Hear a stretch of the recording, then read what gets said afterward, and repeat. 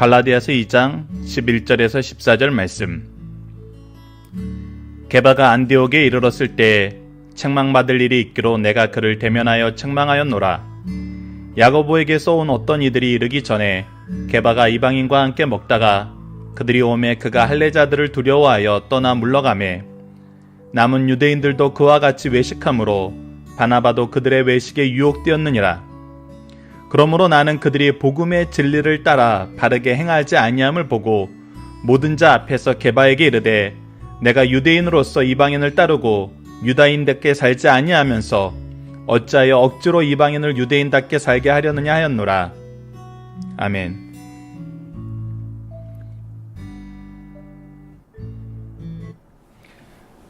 안녕하세요. 승리한 인생 가족 여러분, 그리고 강성성경연구원 여러분, 오늘은 갈라디아서 2장 11절에서 14절까지의 말씀입니다. 제목은 외식하는 신앙의 유혹을 받지 말자입니다. 오늘 말씀은 11절에서 13절과 14절 두 부분으로 나눠져 있습니다. 자, 11절에서는 그가 게바를 책망한, 사도 바울이 게바를 책망한 일이 나오고 그 일이 어떻게 이루어졌는지를 상황을 설명하고 그 일이 왜 베드로를 책망할 수밖에 없었는지를 얘기를 해주고 있습니다. 이렇게 함으로써 우리가 무엇을, 이 복음에 대한 내용 안에서 우리가 어떻게 행동해야 됨을, 우리가 무엇을 주의해야 됨을 우리로 하여금 볼 수 있도록 만들어줍니다. 자, 11절 봅시다. 게바가 안디옥에 이르렀을 때, 자, 게바가 이제 안디옥에 왔어요. 안디옥에 와서 무엇을 하고 있었냐면, 이방인과 함께, 게바가 이방인과 함께 식탁의 교제를 나누고 있었을 때요.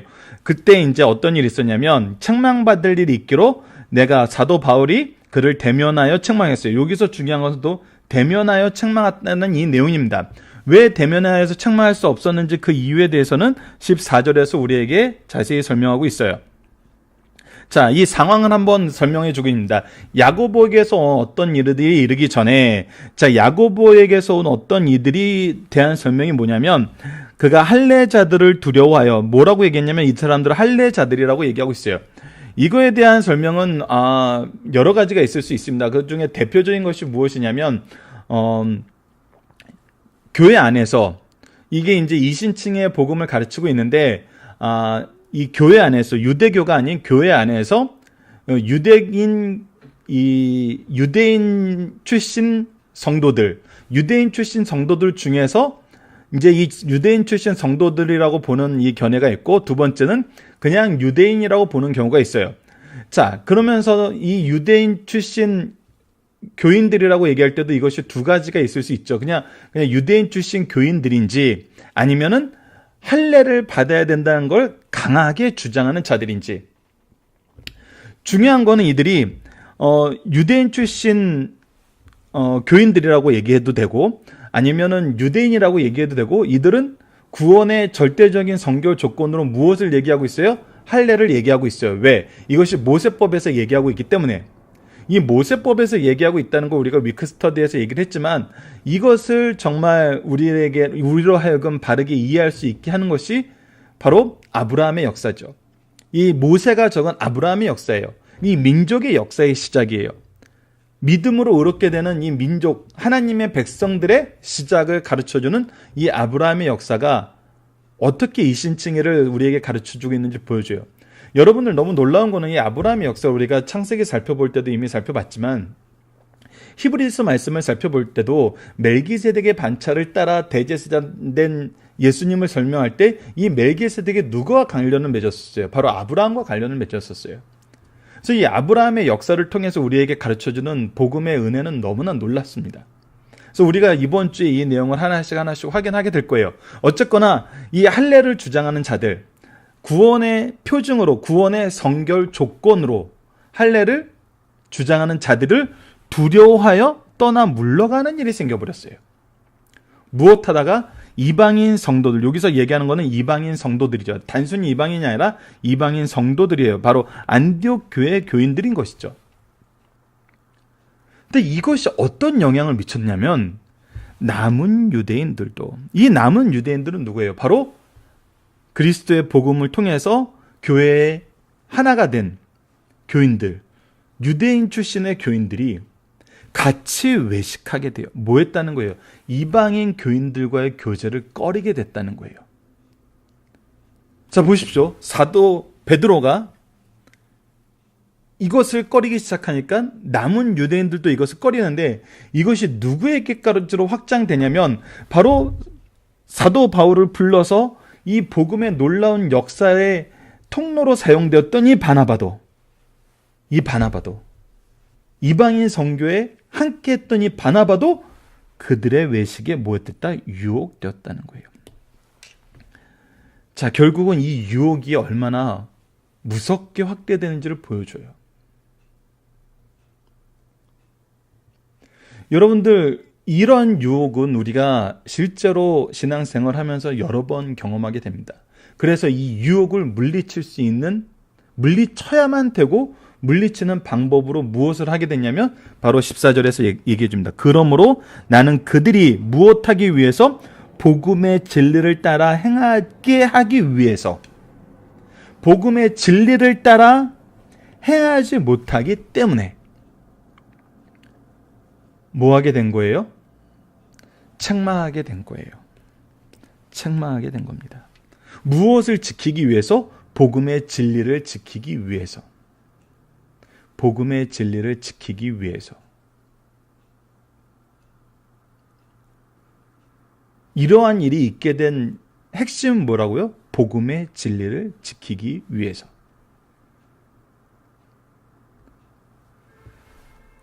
행하지 아니함을 보고 모든 자 앞에서 게바에게 이르되 내가 유대인으로서 이방인을 따르고 유대인답게 살지 아니하면서 어찌하여 억지로 이방인을 유대인답게 살게 하렸느냐. 무슨 얘기입니까? 하나님의 말씀의 진리를 바르게 실천하지 못하면서 어떻게 이방인들에게 이 진리를 바르게 지키고 실천하면서 살라고 얘기할 수 있게 하겠냐는 거예요.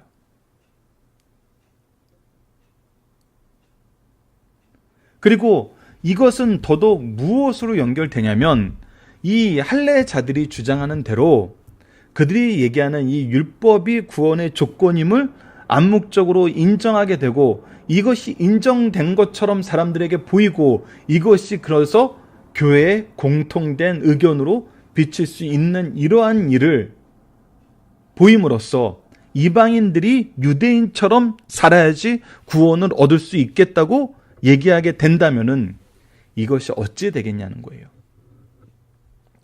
여러분들 이번 주 살펴보기 정답은 딱 이 질문 하나입니다. 이 질문에 대해서 세 가지로 굉장히 잘 정리를 해놨어요. 간략하게 얘기하면은 바울이 베드로를 면책한 이유에 대해서 설명하고 있는데 박유일 목사님 강의집에 나와 있는 내용입니다. 첫 번째는 이 사건을 베드로의 본심으로 알고 있으므로 덕을 위해서 방치하면 복음의 진리가 묵살당하기 때문에 복음의 진리가 묵살당한 걸 막기 위해서 면책했어요. 두 번째는 베드로 사도가 사도 중에 대표이기 때문에 베드로 사도의 이 행위가 교회의 공식적인 행위로 비춰질 수 있기 때문이에요. 대표성을 가지고 있다는 것은 굉장히 중요하거든요. 세 번째는 이 사건에 대해서 아무런 조치가 없으면은 복음에 대한 통일성이 사라져요. 그리스도를 믿음으로 말미암아 의롭게 된다는 이 이신칭의 복음이 흐트러지게 돼요. 다른 것도 있고 다른 것이 더 중요할 수 있어. 이것은 하나님의 구원의 계획사를 우리가 바로 이해하지 못하고 하나님이 준비하심 속에서 우리에게 예표로 주신 것이 진리의 전부이냐 그림자를 따르는 히브리서에서 그렇게 우리가 자주 상고했던 그런 내용이 우리 삶 속에서 질서 없이 우후죽순처럼 자신이 원하는 모습으로 각자 자신들의 기준으로 이것이 옳다라고 주장할 수 있다는 거예요.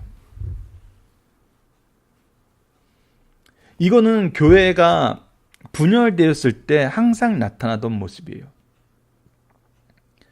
교회가 분열되었을 때 자주 나타나던 모습입니다. 우리는 역사를 통해서 우리 믿음의 스승들이 그리고 성경의 이 바울의 말씀이 신앙의 정말 통일성을 하나님이 주신 이 진리를 바로 선포하고 이해하게 만들기 위해서 얼마나 노력했는지를 보게 돼요. 여러분들 이 내용을 어제 이 위크스터디 말씀과 연결해서 다시 한번 여러분들에게 강조드릴 부분이 있어요. 제가 어제 제사장적인 신앙을 얘기하면서 재판관이 되지 말고 제사장적인 신앙을 가지자고 했을 때 오늘 이 사도 바울의 모습은 약간 재판장적인 모습이 아닙니까? 라고 얘기할 수 있고, 우리가 진리를 위해선 담대히 나아가서 이것을 얘기해야 된다고 얘기하면서 정말 재판관적인 입장에서 얘기하는 경우가 있어요. 근데 무엇이 다르냐면 근본적으로 사도 바울은 재판관이 될 수가 없어요. 왜? 재판관은 무엇이 진리임을 판단하고 선언하는 사람이에요. 성경적으로 볼 때는 입법자이신 예수님만이 이 일을 하실 수 있어요. 입법자이신 예수님께서 이 일을 언제 하세요? 재림하실 때 반드시 최후 심판을 통해서 이것을 하세요. 하지만 예수님이 우리에게 가르쳐줬던 이 제사장적인 모습은 뭐였어요? 바로 이 복음의 진리가 무엇인지 끊임없이 가르쳐 주는 거였어요. 첫 번째, 사도 바울은 지금 무엇을 하고 있는 거냐면 복음의 진리가 회방받지 않도록 바로 이 자리에서 이것을 해결해야 됐어요. 왜? 베드로가 떠나버리면 그 자리에서, 그리고 이 자리에서 얘기했던 모든 공동체의 소속원들이 부분적으로 이 내용이 해결되지 않는 그 데이터만 가지고 나가서 얘기하게 되면은 조금 전에 우리가 정답에서 살펴봤던 사도 베드로의 그 중요성 때문에, 대표성 때문에 복음이 회파당할 수 있거든요. 그래서 이거는 긴급한 조치였어요. 그리고 이것은 사도 바울이 재판관이 된 것이 아니라 하나님의 대언자로서 복음의 진리를 바로 선언하고 이것이 회파당한 것을 막은 거예요. 두 번째, 왜 이것이 재판관의 입장이 아니냐면 재판관은 재판 앞에서는 최상위 의사결정권자예요. 그러니까 재판관 앞에 모든 사람이 그 앞에 순복할 것이 전제가 돼요. 근데 사도 바울의 입장은 지금 어떤 입장이란 겁니까? 이런 일을 했을 때 사도 바울의 대적자들은 오히려 감정적으로, 심리적으로 더 미워할 거예요. 왜? 그렇지 않아도 마음에 들지 않았거든요. 그렇기 때문에 이것이 사도 바울이 개인적인 입장에서는 절대로 자기가 높아진 것이 인정되는 상황이 아니라는 거예요. 많은 어려움이 있고 이 어려움을 감수해야 되는 상황에서도 이 일을 해야 되기 때문에 한 거라는 거예요. 그래서 이것은 우리가 봤을 때 제사장이 가져야 되는 진리를 위한 자신의 헌신, 혹은 자신이 불이익을 당할 상황에 놓이지만 그럼에도 불구하고 나는 하나님의 복음의 진리를 사수해야 된다라는 이 순교자적인 자세. 이것을 우리가 어디에서 볼 수 있습니까? 우리가 요셉에서도 볼 수 있었고 예수님에게서도 볼 수 있었죠. 많은 신앙의 선조들이 이 길을 갔어요. 그래서 이 내용을 우리가 기억하면서 본문 묵상을 하나씩 보도록 하겠습니다. 바울이 베드로를 책망한 것은 어떤 사건 때문입니까? 그가 할례자들을 두려워하여서 이 교제의 자리를 떠난 거예요. 교제의 자리는 누가 마련해 주신 거예요? 성령의 역사하심 속에서 삼위일체 하나님의 복음에 의해서 이루어진 거예요. 근데 그것이 그의 두려움이 이 은혜를 떠나게 만들었어요. 자, 베드로의 잘못은 어떤 영향을 미치게 되나요? 자, 유대인들도 그와 같이 외식하게 되고 결국 이 두려움에 삼키게 되고 바나바도 이 두려움에 삼키게 되었다는 거예요, 결국은. 우리는 무엇에 집중하는 삶을 살아야 됩니까? 자, 다시 한번 봅시다. 14절 말씀을 보면은 복음의 진리를 따르는 삶을 집중하게 하기 위해서 우리는 이 일이 무엇인지를 분명히 알아야 돼요. 그러니까 우리가 어떤 상황 속에서 무엇을 해야 된다는 그런 의사결정을 할 때 항상 먼저 바라봐야 되는 건 뭐냐면 복음의 진리를 따르는 것이 어떠한 것인가를 생각하는 거예요. 내가 이곳에서 하나님을 믿는다고 얘기하는 것이 복음의 진리를 따르는 것인지 아니면은 다른 방법을 택하는 것이 복음의 진리를 따르는 방법인지 이건 너무나 분명하잖아요. 외식하는 자들의 이 두려움이 얼마나 무섭게 확장되는지 보이는 상황에서 어떻게 이것을 용인할 수가 있겠어요? 그럴 수는 없었던 거거든요. 자, 그래서 내가 놓이게 되는 두려움과 걱정과 염려보다는 무엇에 포커스를 둔 거예요? 복음의 진리에 포커스를 둔 거예요. 이것은 우리가 지난주 금요일 날 살펴봤던 이 내용에서도 동일합니다. 이것이 지난주 금요일 날 살펴봤던 질문 3번이에요. 자, 바울은 무엇에 집중하고 거짓된 자들은 무엇하기를 원하나요? 자, 바울은 항상 복음의 진리가 우리들 가운데 있기를 원해요. 신앙의 스승들은 항상 우리가 진리 가운데 있길 원해요. 예수 그리스도의 복음 안에 있길 원해요. 근데 거짓된 자들은 항상 뭐예요? 자유를 엿보고 우리를 종으로 삼고자 해요. 한시도 이 복음에 복종하지, 우리로 하여금 이 자신들에게 복종하기를 원해요.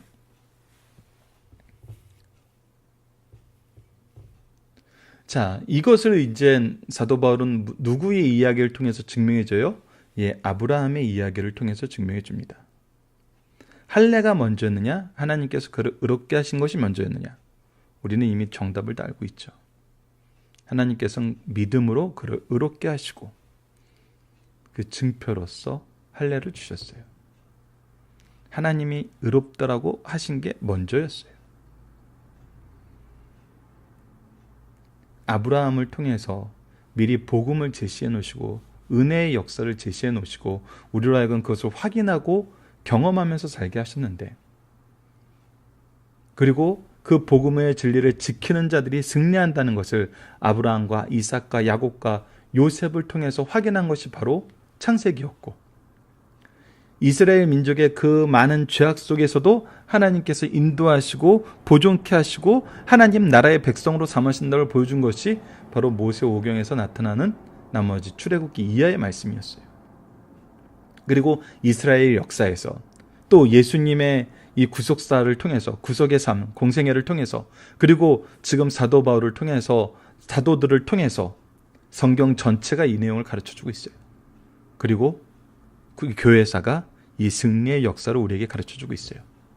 그래서 우리로 하여금 오늘 이 두려움에서 이기고 복음의 진리를 소유하고 의지할 수 있도록 우리를 돕고 계세요. 누가? 성령께서. 성령의 역사는 여전히 끝나지 않고 우리와 함께 함고 있다는 것입니다. 이제 우리가 무엇을 위해 살까?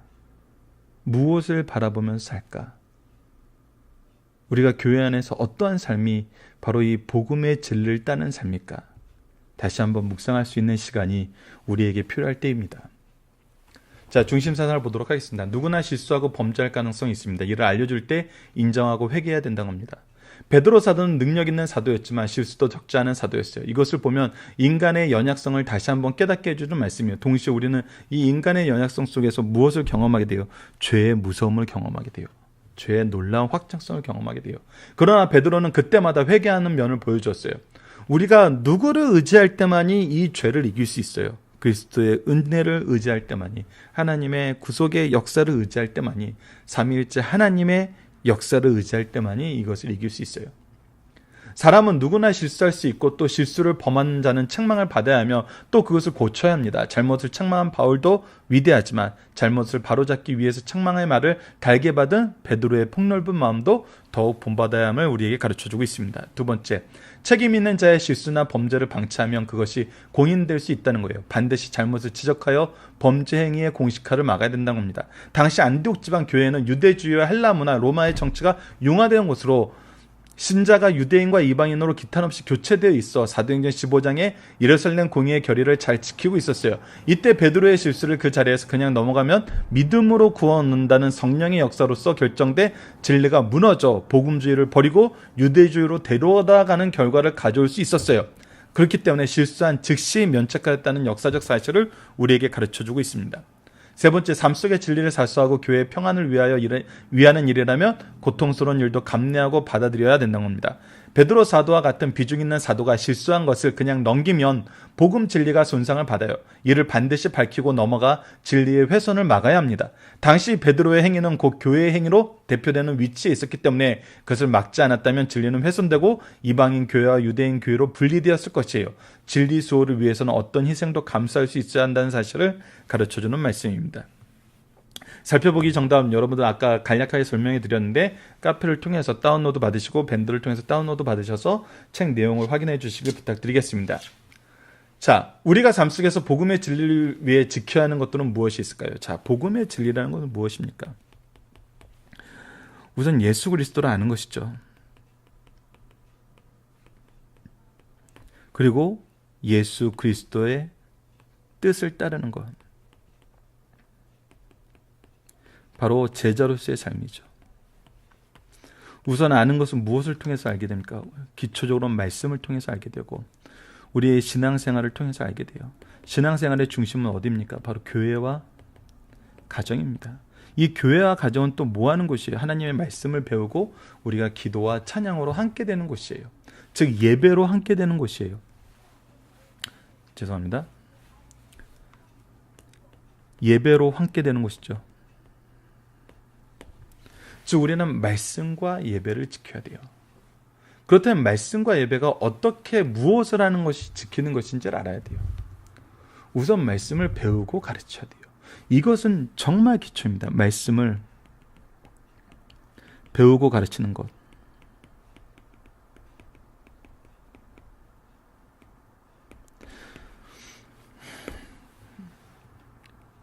우리는 항상 질문을 해요. 나는 누구에게서 영생의 말씀을 배우고 있나? 또 나는 누구에게 영생의 말씀을 가르치고 있나? 물론 이 외에도 많은 것이 있을 수 있어요. 하지만 이것보다 더 근본적이고 중요한 것은 없어요. 없다라고 얘기하는 건 너무 단정적이에요. 가장 중요한 것 중에 가장 중요한 것 중에 하나예요. 정말 그래서 저는 여러분들께 물어보고 싶어요. 정말 우리가 스스로 한번 물어봤으면 좋겠어요. 주일날 하루의 삶이 나는 오늘 누구에게 말씀을 배웠고 누구에게 말씀을 가르쳤나? 이것이 주일날 하루에 온전하게 다 드러나는 삶을 산다는 것은 너무나 축복된 삶이에요. 너무나 감사한 삶이죠. 그래서 저는 교사의 직분을 맡은 분들을 참 행복한 직분을 맡은 분들이라고 얘기를 해요. 하지만 대부분의 경우가 주일날은 말씀을 통해서 공부를 받고 말씀을 배우지만 이것이 나가서 혹은 가정에서 돌아가서 가정 예배를 통해서 자기 자녀들에게 가르쳐주는 경우가 있어요. 우리가 자녀들을 신앙의 엘리트로 키운다는 것은 저는 정말 아이들이 배운 말씀을 가지고 바로 가르칠 수 있는 이 훈련이 되는 것을 저는 어떻게 보면 정말 복음의 엘리트라고 생각을 해요. 잘 배우는 것으로 끝나는 것이 아니라 배운 것을 잘 가르치는 것으로 연결되는 것이죠. 이것은 여러분도 우리가 생각했던 것보다 훨씬 더 놀라운 은혜의 축복을 허락해 줍니다. 이 말씀의 축복, 말씀의 깊은 감동과 이 말씀을 전하는 일의 기쁨을 우리에게 선사를 해줘요. 사실 승리하는 삶은 이것을 위해서 만들어진 거거든요. 내가 먼저 말씀의 은혜를 깊이 경험하고 이것을 기쁘게 전할 수 있는 시간적, 제도적 장치를 마련해주는 도움이 되는 그런 책자인 거거든요. 여러분들이 이것을 통해서 정말 진리의 말씀을 내가 누구에게 배우고 있고 누구에게 가르쳐 주는가 했을 때 이 답이 정말 되도록이면 하루도 걸러지지 않는, 아니면 우리가 일주일 단위로 생각하고 한 달 단위로 생각해서 그것을 점점 이렇게 좀 줄일 수 있는, 내가 이번 달은 영생의 말씀을 누구에게서 배웠나, 우리 담임 목사님에게서, 우리 담당 교육자님 통해서, 때로는 우리 선생님을 통해서, 우리 부모님을 통해서, 때로는 내 친구들을 통해서, 내 셀 리더를 통해서, 아니면 내 직장 상사일 수 있고 때로는 나보다 어린 아이들일 수 있어요. 어린아이들이 있어요. 때로는 내가 자녀들에게 배우기도 해요. 그럼 나는 누구에게 가르쳤는가 했을 때 정말 이것이 매일매일 반복되면 좋겠지만 일주일에 한 번이라도 나는 이번 주에 누구에게 가르쳤어 라는 것이 있을 수 있는, 아니면 한 달에 한 번이라도 누구에게 이 복음의 진리를 가르칠 수 있었어 라는, 그래서 내가 신앙 안에서 3대가 항상 연결되는, 나의 스승은 누구고 나를 통해서 배운 제자는 누구신지, 이 3대가 계속 유지되는 이런 신앙의 그런 공동체를 여러분들이 항상 유지하길 간절히 바랍니다. 자, 우리가 이번 주에 신앙 안에서 참된 것과 거짓된 것은 어떤 것입니까? 우선 감정적인 특징으로 본다면 거짓된 것은 우리에게 두려움을 주죠. 참된 것은 우리에게 화평함을 줍니다. 교제를 허락하죠. 그리고 참된 것은 그리스도의 복음으로 인한 것입니다. 거짓된 것은 무엇이죠? 그리스도의 복음을 위한다고 하지만 사람의 기준이에요. 우리가 그리스도의 복음 때문에 분열되는지 사람의 기준 때문에 분열되는지는 항상 구분할 줄 알아야 돼요. 그러기 위해서는 그리스도의 복음이 무엇인지 알아야 돼요. 우리 영적 스승들이 항상 힘쓰는 부분이 바로 이 부분입니다.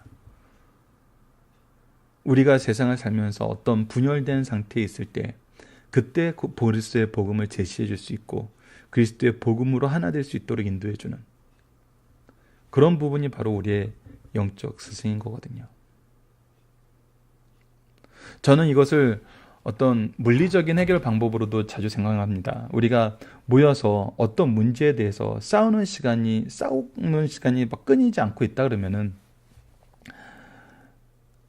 싸우는 그 문제를 해결하려고 그러면 이 문제가 해결되는 경우가 거의 없어요. 근데 너무나 놀라운 것은 자주 말씀드리지만 이 싸우는 시간의 일부를 떼서, 아니면 이 싸우는 시간에 비례해서, 최소한 비례해서 말씀과 기도에 힘써 보라는 거예요.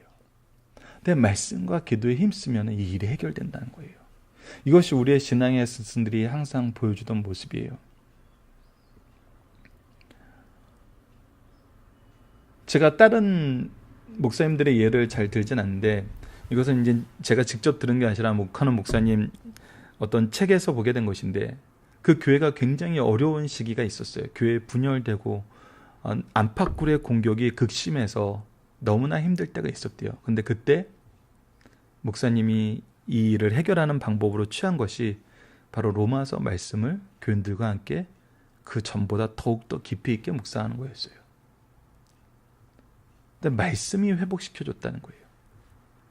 그래서 로마서 말씀이 너무 은혜롭고 이 문제를 해결해 주는데 너무 큰 역사를 했다는 것을 경험하게 됐다는 거예요. 이러한 예는 여러분들 굉장히 많습니다. 사도 바울의 편지를 보세요. 왜 사도 바울의 편지가 하나님 말씀 안으로 들어왔어요? 바로 하나님의 뜻을 전하는 일이었거든요. 누구를 비평하거나 판단하거나 판결하는 내용보다는 그리스도의 복음의 진리가 무엇인지 끊임없이 제시를 함으로써 이 복음의 진리의 기준으로 봤을 때 거짓된 선생들의 특징이 무엇이고 그들을 구분할 수 있는 기준을 우리에게 제시해주고 있었어요. 결국 말씀을 전해준 거예요. 그래서 우리가 어떻게 구분한다는 것은 분명합니다.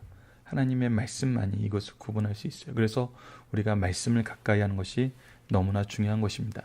말씀을 기초로 기도하기를 통해서 마치겠습니다.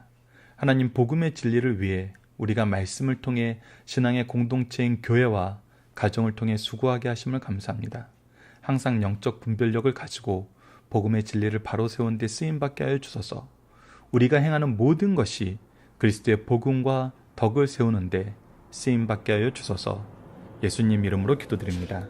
아멘.